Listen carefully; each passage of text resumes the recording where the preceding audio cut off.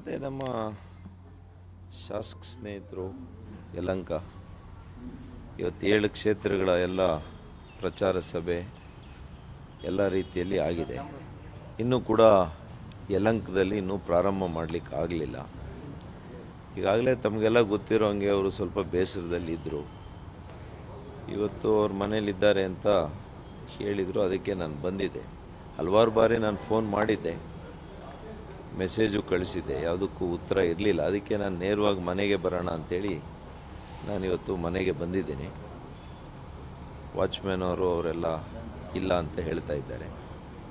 ಇನ್ನೂ ಒಂದೆರಡು ಸಲ ಪ್ರಯತ್ನ ಮಾಡ್ತೀನಿ, ಕನ್ವಿನ್ಸ್ ಮಾಡಲಿಕ್ಕೆ ಪ್ರಯತ್ನ ಮಾಡ್ತೀನಿ.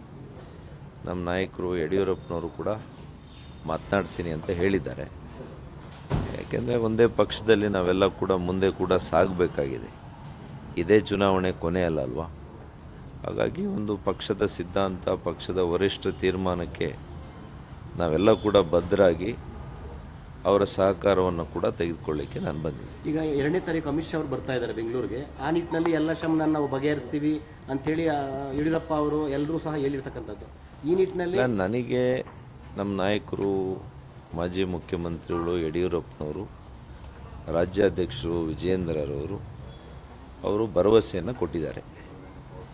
ನಾವು ಯಲಹಂಕ ಇಶ್ಯೂನ ಸಾರ್ಟ್ಔಟ್ ಮಾಡ್ತೀವಿ, ವಿಶ್ವನಾಥ್ರವರಿಗೆ ತಿಳಿ ಹೇಳ್ತೀವಿ ಅನ್ನೋ ಮಾತನ್ನು ಹೇಳಿದ್ದಾರೆ.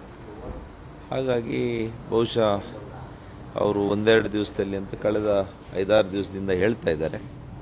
ಆದರೆ ಕಾರಣಾಂತರಗಳಿಂದ ಇನ್ನೂ ಕೂಡ ಅವರ ಭೇಟಿ ಆಗಲಿಕ್ಕೆ ಸಾಧ್ಯ ಆಗಿಲ್ಲ.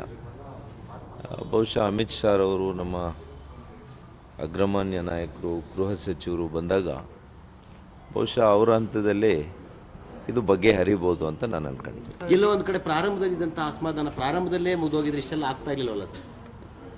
ಆಗ್ತದೆ. ಕೆಲವು ರಾಜಕಾರಣದಲ್ಲಿ ಎಲ್ಲವೂ ಕೂಡ ಸರಾಗವಾಗಿ ಆಗಿಬಿಟ್ರೆ ಅದು ರಾಜಕಾರಣ ಅಂತ ಅನ್ಸ್ಕೊಳಲ್ಲ. ರಾಜಕಾರಣ ಅಪ್ ಆ್ಯಂಡ್ ಡೌನ್ಸ್ ಇದ್ದೇ ಇರುತ್ತೆ, ಮುಳ್ಳಿನ ಹಾದಿನೇ ಇರುತ್ತೆ. ಎಲ್ಲವೂ ಕೂಡ ನಿಮಗೆ ಕೆಂಪು ಗುಲಾಬಿಯ ರಸ್ತೆ ಆಸಿರೋದಿಲ್ಲ. ಅಲ್ಲಲ್ಲಿ ಮುಳ್ಳು, ಕಲ್ಲು ಎಲ್ಲನೂ ಇರ್ತದೆ. ಹಾಗಾಗಿ ಎಲ್ಲವನ್ನು ಕೂಡ ಸರಿತೂಗಿಸ್ಕೊಂಡು in the interest of the country, ದೇಶದ ಒಂದು ಭವಿಷ್ಯಕ್ಕಾಗಿ ಮಾನ್ಯ ಪ್ರಧಾನಮಂತ್ರಿಗಳು ನರೇಂದ್ರ ಮೋದಿಯವರನ್ನು 3ನೇ ಅವಧಿಗೆ ಪ್ರಧಾನಮಂತ್ರಿಗಳಾಗಿ ನೋಡಲಿಕ್ಕೆ, ಮಾಡಲಿಕ್ಕೆ ಎಲ್ಲವನ್ನೂ ಸಹಿಸ್ಕೋಬೇಕಾಗ್ತದೆ. ಎಲ್ಲರನ್ನೂ ಕೂಡ ಜೊತೆ ಕರ್ಕೊಂಡು ಹೋಗ್ಬೇಕಾಗ್ತದೆ. ಹಾಗಾಗಿ ನಮಗೂ ಅವರಿಗೆ ವೈಯಕ್ತಿಕವಾದಂಥ ಯಾವುದೇ ರೀತಿಯ ಕಲಹ ಆಗಲಿ, ಭಿನ್ನಾಭಿಪ್ರಾಯಗಳಾಗಲಿ ಏನೂ ಇಲ್ಲ. ಕೇವಲ ವರಿಷ್ಠರು ನನಗೆ ಅವಕಾಶ ಕೊಟ್ಟಿರೋದಕ್ಕೆ ಅವ್ರ ಬೇಸರವನ್ನು ವ್ಯಕ್ತಪಡಿಸಿದ್ದಾರೆ. ಅಷ್ಟು ಬಿಟ್ಟರೆ ಬೇರೆ ಇನ್ಯಾವುದೂ ಇಲ್ಲ ನಮ್ಮಿಬ್ಬರ ಮಧ್ಯೆ. ನಾನು ಕೂತ್ಕೊಂಡು ಅವರಿಗೆ ಮನವಿ ಮಾಡುವಂಥ ಕೆಲಸ ನಾನು ಮಾಡ್ತೀನಿ.